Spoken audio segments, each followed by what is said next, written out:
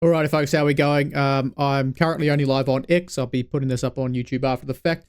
But the Treaty Principles bill is about to be very much dead. So let's watch as my electorate MP talk something. Gallery, I see it filled with beautiful faces, many of which I am in the blessed position to know. Friends sitting above from both sides of today's korero. Friends whom I have sat down with in my home as we've shared Lebanese kai that I've cooked and discussed these challenging and complex issues that our country faces. We've disagreed and we've agreed and we've disagreed again, but all from a place of honesty because we are in this together. And that is what I hope that we can take from today, Mr. Speaker. I hope that we will continue approaching our relations in a measured, case-by-case basis, because that's what our profound history deserves. Let's underpin our conversations not with a desire for political points, but rather with honest intentions for our collective future. Mā tātou going forward, active, courageous and valiant, I do not commend this bill to the House. I call on Kushla Tangariri Manu. Tēnā koe te māngau te whare. O te rā ko taku mihi tuatahi ki te wāhi ngaro, rātou kua wehe atu. Kāre au e tū I roto I tōku kotahi. Nā reira, kei te mihi atu au kia koutou kua tai a kanohi mai ki te whakatinana I ngā wawata o te tini me te mano. Kia takataka hi tēnei pere, kore takera wātu, ki raro. Mr. Speaker, hearing speeches of vindication from that side of the House are very hard to swallow because it has been this national-led government that has allowed this ugly monster to rear its head in the light of day. The individual whose name this bill is in and his party have suggested the treaty gives Māori different rights and privileges. And by God, do I stand here privileged. I am the privileged product of people, generations, who persevered in the face of breaches of Te Tiriti o Waitangi. I am privileged to live on my whenua. I am privileged to speak taku reo Māori, te reo o ku tipuna. Rights and privileges denied to too many Māori. Rights and privileges that through the perseverance we have managed to maintain that this bill sought to undermine and failed.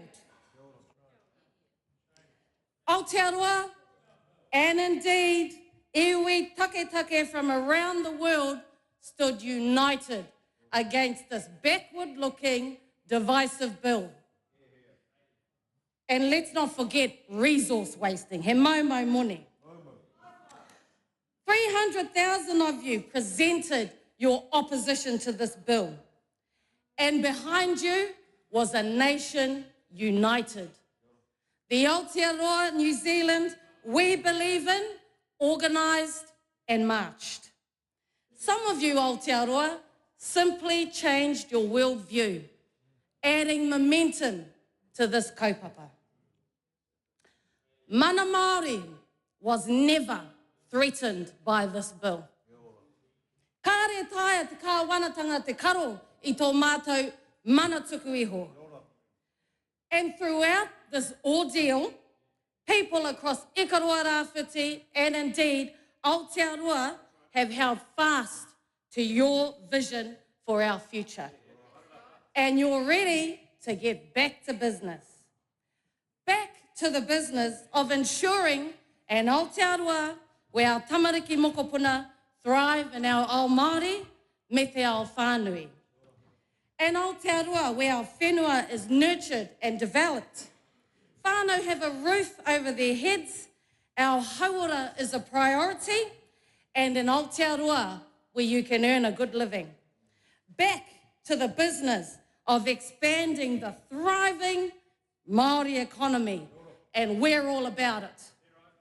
To get back to that business e Huama, you need a government that enables your moimoia, and that ain't it. I said in the first reading of this Kore Take bill, we do not need to change the treaty. We need to change this government. Toi tu te treaty, part 1, tick. Let's get on with part 2. You see They just how asked radical for the elections Labour of their actually is in this referendum. space. Let's A vote for them deliver. next year is dangerous. Me rehitatea, me pōtitea, kia panaia tēnei kāwanatanga ngā pāti katoa o tēnei kāwanatanga ki waho o tēnei whare. Mr. Speaker, I stand once more with pride and privilege to condemn this bill, and I repeat, this government must not be vindicated. It is this government that allowed this bill to cause the divisive conversations throughout Aotearoa. E te maangai o te whare, kei te tū anō awau, me taku pāti, me tēnei taha o te whare, ki te whakahe, rawatu. By the way, we're having issues with the tēnei chat tere, from over on OBS, not whakahimana, Streamlabs, so hoki whakamuru. I'll try to keep tabs, but it won't be on Hoi screen. anōra Aotearoa whānui, tēnā rawatu tātou katoa. The Honourable Scott Simpson. Speaker. Mr. Speaker, I had an opportunity to participate in the first reading of this bill, and that debate was a momentous debate in terms of how this House views this legislation that's proposed before us. By the And way, at that Kura Matua- time, Mr. Speaker, I made it clear that, in my view, over successive decades, New Zealand has grappled with how to deal with the treaty. It's been a long, continuous and ongoing debate. And that will be the case after this bill has been put to rest. That debate will continue, that discussion will continue. Indeed, it'll continue long after all of us have left this place. And so while, Mr. Speaker, we don't necessarily always agree, successive national governments have always worked well with Māori on treaty issues. Okay, and we've that's not always gonna work. ensured that there are equal citizenship rights and equal opportunity for all New Zealanders. And so the challenges that we confront as a nation around the treaty are complex. And it's just not realistic, Mr. Speaker, to suggest that nearly 200 years of debate, discussion, protest sometimes, informed debate, education and input from so many New Zealanders over all those years should be settled just with the stroke of one legislative pen. Well, It's the too blunt. writing It's of too simplistic. of the treaty was and kind it of done that risks same way. In reality, actually stoking grievance and driving division. I don't think that's good for our nation. I don't think that that helps us achieve the goals and aspirations that we all seek to achieve by coming to this place. And National takes always the more difficult and realistic practical approach when it comes to working together. And we do so working This guy's through full of it. He has issues no in idea what relation he's to talking the about. treaty on a case-by-case basis. For instance, the reversal of a number of divisive co-governance policies from the previous government that would have in fact contributed to worse economic and social regulatory true enough. outcomes. For instance, Three Waters and the Maori Health Authority. And we've also instructed government agencies in the term of this government to deliver public services based on needs and working with iwi and other providers where specific needs exist amongst Maori and other communities. And we are continuing, Mr. Speaker, to establish and progress treaty settlements to address the historical wrongdoings. And in another example, Mr. Speaker, restoring the rights of communities to determine whether to introduce Maori wards after the previous government denied local constituents the opportunity to do so. That's another example of a case-by-case approach to how we address those issues. So, Mr Speaker, having participated in the first reading debate, having watched closely the work of the Select Committee chaired by my friend and colleague, the Honourable James Meagher, ultimately I want to reiterate in the closing moments of my contribution in this debate that this National Party that I am proud to be a member of, our focus and the focus of this coalition government remains firmly and steadfastly on improving outcomes for Māori and non-Māori. And we do that, Mr Speaker, by rebuilding our economy, by restoring law and order, and by delivering better public services for all New Zealand. And Mr Speaker, this bill achieves none of that. Call the Honourable Dr Duncan Webb. Te rākau, te mana whakawā. Well, here we are, finally getting rid of this divisive and wasteful bill. Now, unlike James Meagher, I'm not going to spend 10 minutes whining about process, but I will say two things. Firstly, there are 105,000 submissions that aren't on the parliamentary record today. And to suggest that that's all okay is false. Duncan, let's not go back to your And term, there lad. was a room down in the corner with 24 boxes of handwritten, typed submissions, hard copy submissions that you had to go in and rifle through if you wanted to find something. And if you wanted to find a particular submission, you had to name it. You had to name the submitter. And I'm sorry, but I don't know 307,000 people. Really? And what's more, whilst that process was still ongoing, the chairman of the Select Committee moved the motion to report the bill back to the House 40 days before it was due, whilst we were still working through the submissions and putting them on the record. That is shabby process, but not as shabby as what the government has done and the Prime Minister has done in letting this bill come to the House. Because this is a bill that the Prime Minister had the gall to stand up and say it's not going to pass, and to then bring it to this House is disrespectful to this chamber. Because this chamber's time is valuable, and there should be put before this House laws which are seriously being considered, not flying up the flagpole some divisive bill. But I do want to pay tribute to those submitters, all of those people. And I must say it was humbling, not only the people who came in person from across the community, but also to read some of those written submissions as well. And I want to pay respect and to the diversity of the views, the people who came and gave their whakapapa and told their stories and expressed their vehement opposition to the bill, not in a way that David Seymour would understand, but in a way that came from a long history. Not a academic tradition that I'm familiar with, but I engaged with it and I learned from it. And the new immigrants who came and said, I'm proud to be here and to participate in this country, and I understand. The treaty helps me understand my place in this community. You know, and I see, David Seymour was already on Twitter saying that he doesn't have a good reason for why this bill is being turned around. Well, I'll give you one. It's a lie. The bill is a lie because it says one thing and the truth is another. Really? Have you got evidence for that, It says Duncan? that No, you these are don't. the principles of the Treaty of Waitangi, and they're not.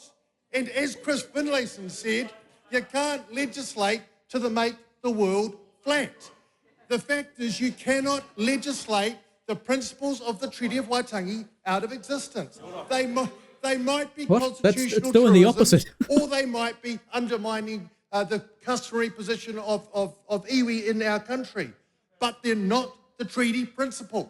You can't make up the underlying fabric of the treaty. That's exactly what the Waitangi Tribunal have done for 50 years. To suggest Crikey. that this bill reflected in any way the principles of the Treaty of Waitangi. Oh, And I mate, wanna you're full of it. Your whole party's full of it. I want to address head on two other fallacies which underpin this bill. What, The you? first is that stooges would front up to the committee What's a good insult? and say, this is about living in a liberal democracy. And their concept of a liberal democracy was shallow and impoverished, because all it meant was one person, one vote. What it didn't mean was a respect for human rights, a recognition of Indigenous people in the place where they belong. What it didn't recognise was the rights of minorities. So what we had was an argument which was about 100 years out of date. And that's about where they are. And, you know, and the irony is this, that in all of the advice that was received, not just submissions, but the thoughtful advice pointed this out. And even the Cabinet Manual, a document which isn't a political document, makes it really clear that there is a balance to be struck between the rights of the majority power in a place like this, and minority rights, the protection of fundamental social and constitutional values. But the ACT Party's not interested in that. They're interested in a radical individualism which doesn't recognise that there are communities of interest, that there are differences between people, and that in a modern liberal democracy, as Bronwyn Hayward so thoughtfully put, there is a duty to protect those people who are vulnerable, to respect Indigenous rights, and to ensure that the majority does not oppress the minority. So that's what a modern, functioning Yeah, we should have the liberal minority oppress the democracy majority, eh, Duncan? Let's go South they Africa don't want styles. that, Kieran McAnulty. They want the opposite. They want to go back 100 years and live in a radical libertarian world. The other argument they want, and I want to go head on, and the member. Why the are we letting the committee socialists speak? Honestly, that should put to members, put that to should submitters disqualify the you from following having an question. opinion. Does the Treaty of Waitangi give different rights based on ancestry? This absolute trope of inequality. Does it? Now, No, it doesn't. That's the whole The point. lie in that, the falsehood underlying that statement is that Oh my difference God. is inequality. This and it's straw not. man stuff is just Now, piss there are weak. all kinds of ways we can be different. We can have kaupapa Māori health services or schools or social services. And in fact, Should it be publicly anyone who funded? knows the area will know that you don't even have to be Māori to access them. They're for everyone. But to suggest that to deliver services in a Let's not particular pretend that way it's not a prioritization. to best serve communities is in some way unequal is an absolute fallacy. And time and again we heard the resource management trope come up. David Seymour himself mentioned it today. Now we pressed on that because if there's something there we wanted to know, we asked the question, what is it? What is the special advantage that Māori have under the Resource Management Act? No one could put their finger on it. Yes, they could. You And just ignored it. If it's a special advantage, if it's a special advantage for mana whenua, It's all to be about bureaucracy. asked about a project that might impact their customary rights, well, that's the world I want to live in.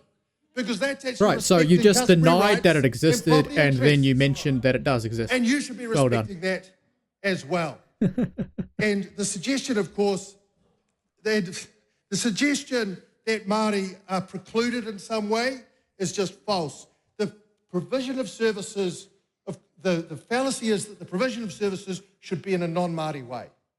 And what that does No, that's a is fallacy. essentially exclude the reality That's a straw man fallacy, my that friend. there is more than one way of doing things, that we can do things which are equal and different, and that's not appropriate.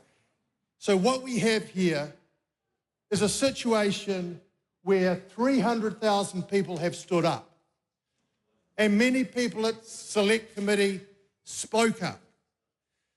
But over there, they stood by.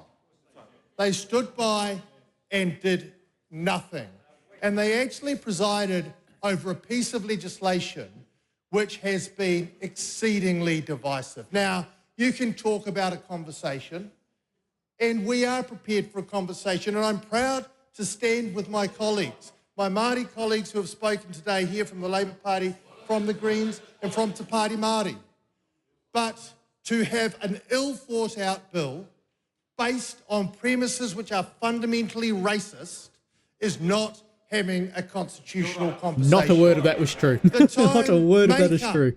to talk about how we honour the treaty in a more fulsome way, about how we live together and address some of the gross inequalities which continue in our society. But to put a bill into the House that we know is never going to be passed so that we can see some of the hateful rhetoric coming out is simply divisive, wasteful and wrong.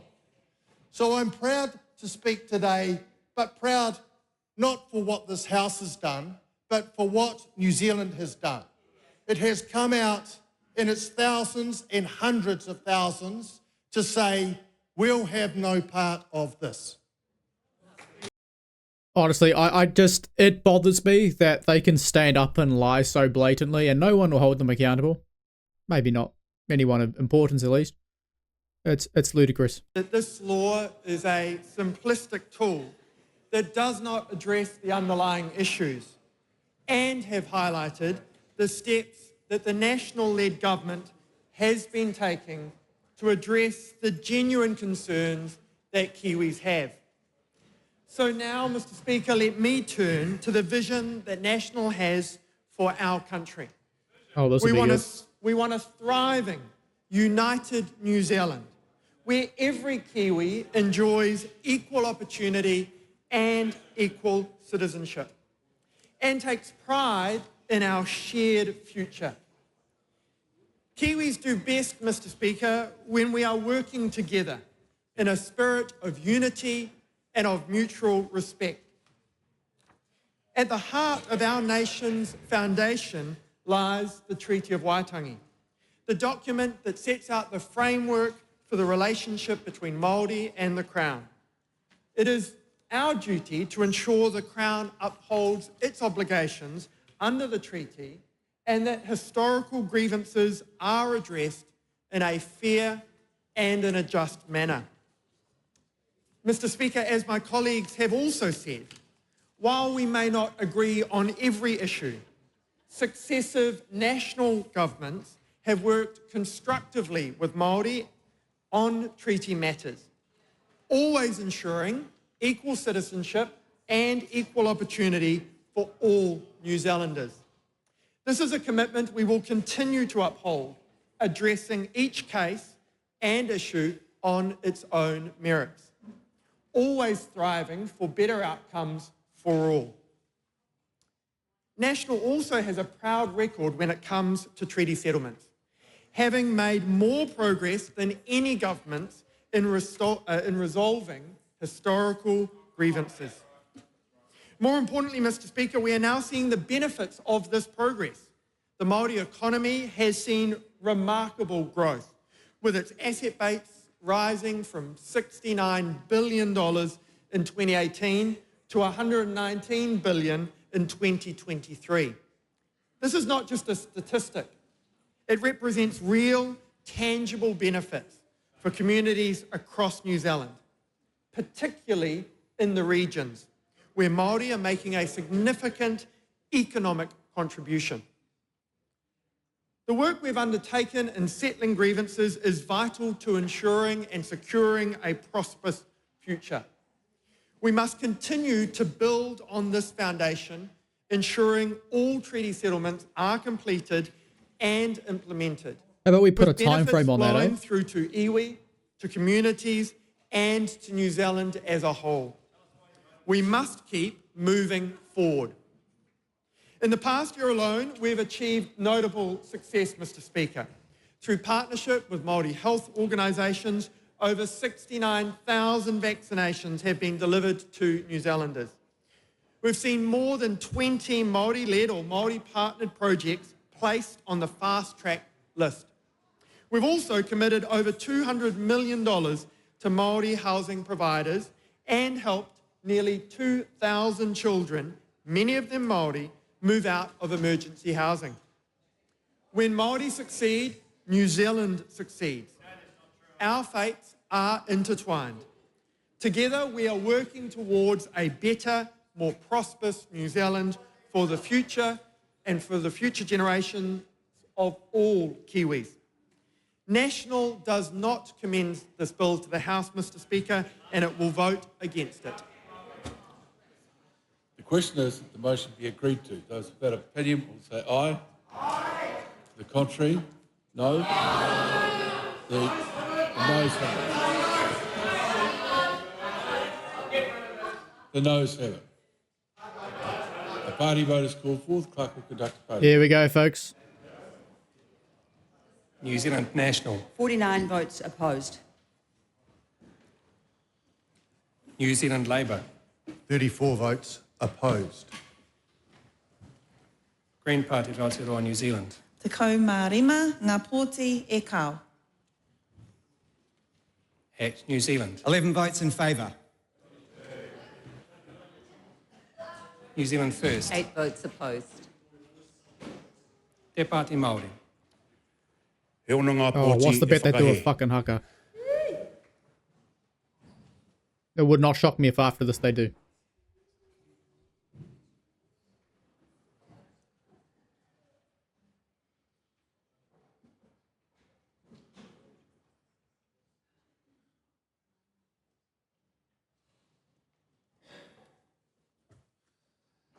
Thank you. Before I announce the vote, following this announcement, a waiata has been agreed to. The ayes are 11, the noes are 112. The motion is lost.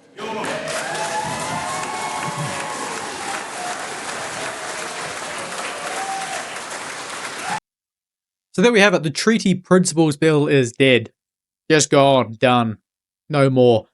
You may be concerned that the National Party and the New Zealand First Party did not support it, but I do feel like it's important to acknowledge that this isn't the end of this issue, not for this coalition by any stretch of the imagination. If we go back to the coalition agreement signed in 2023, you can find in the New Zealand First National Coalition agreement that there was a promise to remove references to principles of the Treaty of Waitangi from law.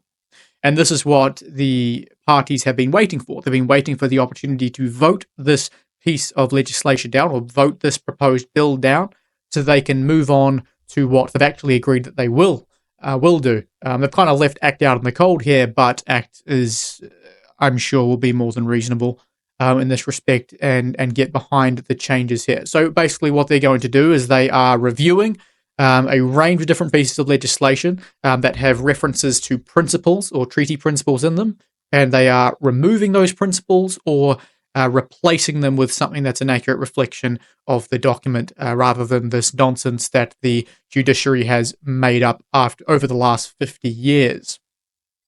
Now, there are a couple areas, of course, which are a little bit concerning. How easy is it going to be for another government to come in and change that? It would require them to come in effectively and reinsert principles into legislation. So there is that.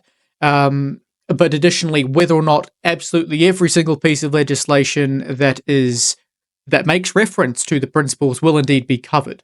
So there is at least two pieces of legislation at this point that we know of that aren't mentioned as being within the scope of these reviews. But of course, this review is open to expand. So those are the Treaty of Waitangi Act 1975 and the State-Owned Enterprises Act. Now, these two pieces of legislation have direct references to the treaty principles and require repealing, amending, or whatever for I think, peace of mind. There are other ways and other pieces of other amendments and changes to legislation you could make to make them more or less ineffective, to make them effectively useless. But I would still much prefer them go to the length of repealing those sections to replacing those sections because it would, one, provide peace of mind, and two, there's no need for those pieces of legislation to have that in them in the first place. I think part of the issue may be the specific pieces of legislation. They are a little bit more contentious in respect to actually amending, but it's still something that needs to be looked at. It's still something that we should be attempting to change and remove, even if we have to go through a certain process. But of course, unless it's impossible for us to do it, I don't think there's really an excuse not to. So that's what I want to see from New Zealand First and National, is to make sure that they go all in, not partially in. I don't trust National. I'll be completely blunt. I do not trust National to be working alongside New Zealand First as closely as they've offered and not have an ulterior motive here, because I don't believe that National views this issue the same way New Zealand First does. You see, New Zealand First and ACT Party aren't that different in how they approach this and how they view this issue. The problem is New Zealand First opposes the existence of principles, and ACT was trying to implement principles permanently into our legislation, and so they just opposed that purely off principle and had this alternative, which they've really wanted to push and get over the line for the last 2 decades. So for me, would I have liked to have seen the Treaty Principles Bill? Sure. Is this alternative going to get the same or similar outcome as the Treaty Principles Bill? Most likely. Is it safer? Was it safer for us to take the Treaty Principles Bill route? Probably. I feel like in the long term that was safer, that had less long-term jitters. You know, there was less concern that that would be repealed or that would be replaced, amended, due to the process in which you would have gone about achieving that outcome. At the same time, I, like NZ First, oppose the existence of principles on principle because they shouldn't exist in the first place. So you have to consider all these things. So yeah, it's difficult, but ultimately there is still hope here. There is still a pathway forward for us. There is still the ability for us to put the issue that is at the heart of all of this, and that was at the heart of the Treaty Principles Bill, to bed. And so whilst the Treaty Principles Bill itself is dead, this fight for an equal future that's not separated down racial lines is still very much alive. And it's really going to be contingent on how National and NZ First work together to review and repeal these sections of law. So here's hoping that they do a good job of that, and let's ensure that we hold them accountable whilst they go about it.